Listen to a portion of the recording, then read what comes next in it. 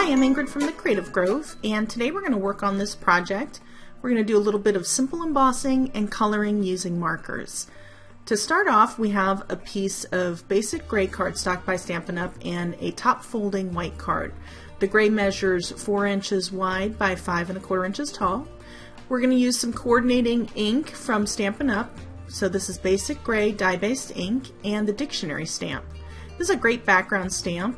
It's got a really tight lettering, and it looks really great just as a filler, or just really something that you just need to kind of fill up the space in the background, almost like a dictionary page or a newspaper, if you will.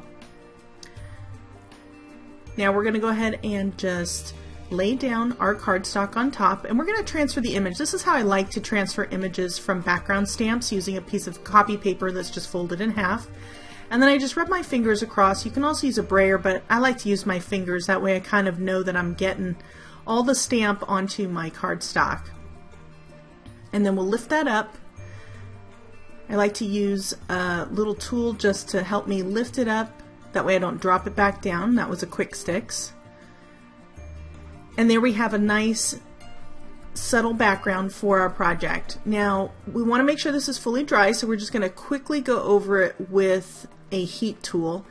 And the reason we're doing this, even though dye-based ink gets soaked into paper, is sometimes it doesn't fully immediately get soaked in, and because I'm going to move on to an embossing technique, I want to make sure that it's fully dry. So to test that, I'm just going to take some of the white embossing powder that I'm going to use, and then I'm going to go ahead and just put it on my project and just make sure that it's not sticking anywhere. You know, you might have a couple strands here or there, but for the most part that it's not sticking.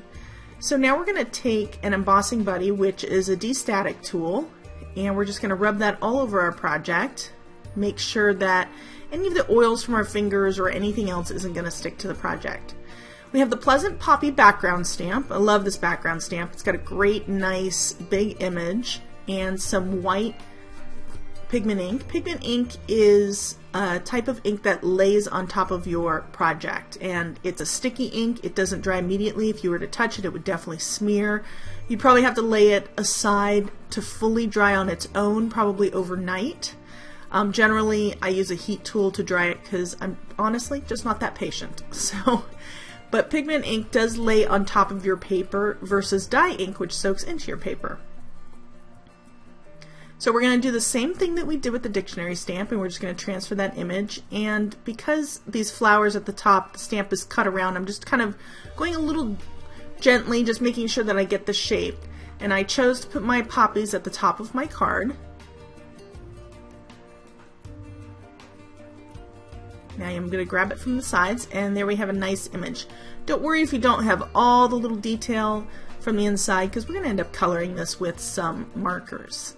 Now I'm going to take some of the white embossing powder and just go over my image and make sure that I get enough embossing powder over everything. And then we're going to go ahead and heat set this with a heat tool.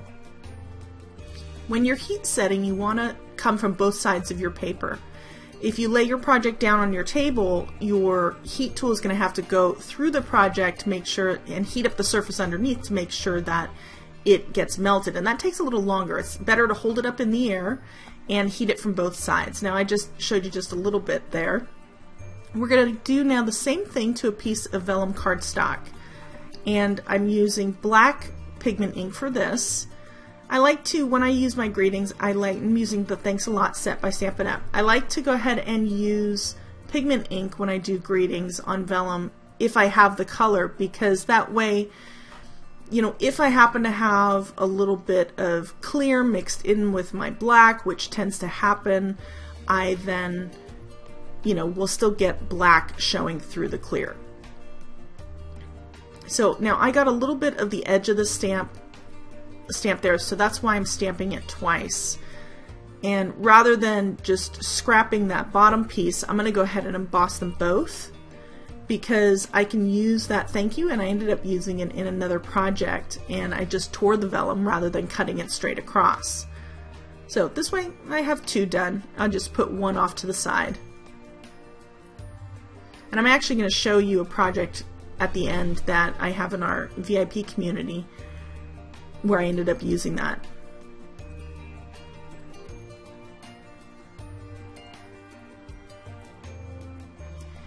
Now we're going to go ahead and cut that, and I like to use my guillotine trimmer.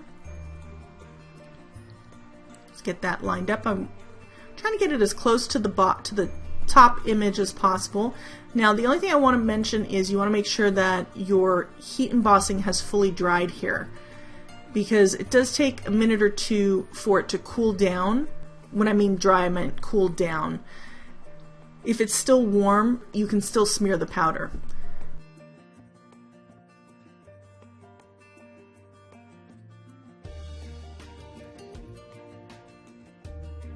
Now we're going to make sure exactly where we're going to put that, and you can see that my vellum piece was definitely longer. It's about 5 inches wide, so it's longer than my cardstock, and that gives me the ability to wrap it around the back. So now what we're going to do before we do that is we are going to color our image. I'm just taking a basic black Stampin' Write marker, and these markers are actually dye-based inks. You can certainly color your images with whatever you want. When you emboss, it's a great way to do some watercoloring, but I wanted to do a little tone-on-tone today. So this is a black marker that will cover our image, or color our image I should say, on our basic gray cardstock. So gray is really just another shade of black. So this entire project is really a black and white project. We recently had a black and white challenge in our VIP community, and that was a lot of fun.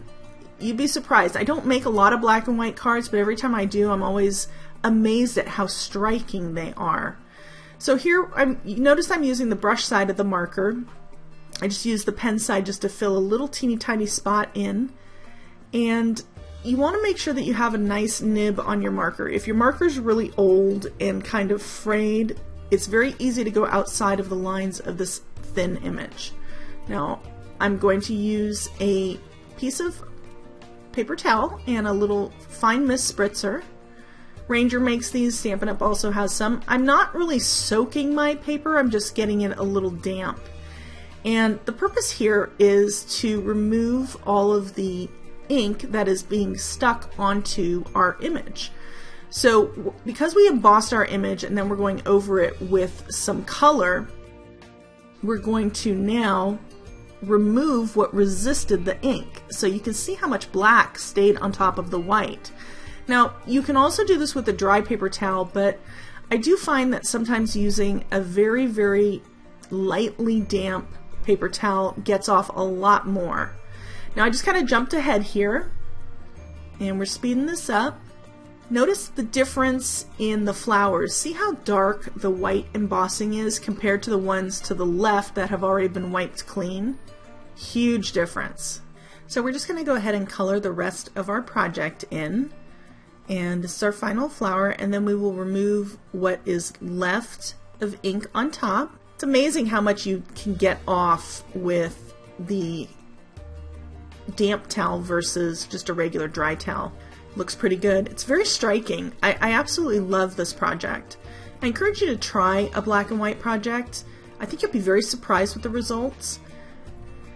It kind of goes against my nature to do black flowers. It seems wrong, but it's really, really pretty. Now we're going to go ahead and add a little bit of adhesive to the back.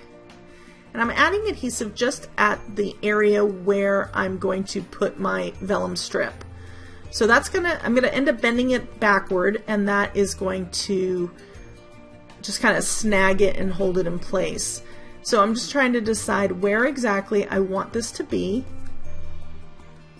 And we'll just bend one side back, make sure that it has a really nice crease so that it lays somewhat flat, and then do the other side. You can also go over the sides with a bone folder just to help make sure that it's nice and flush against your paper.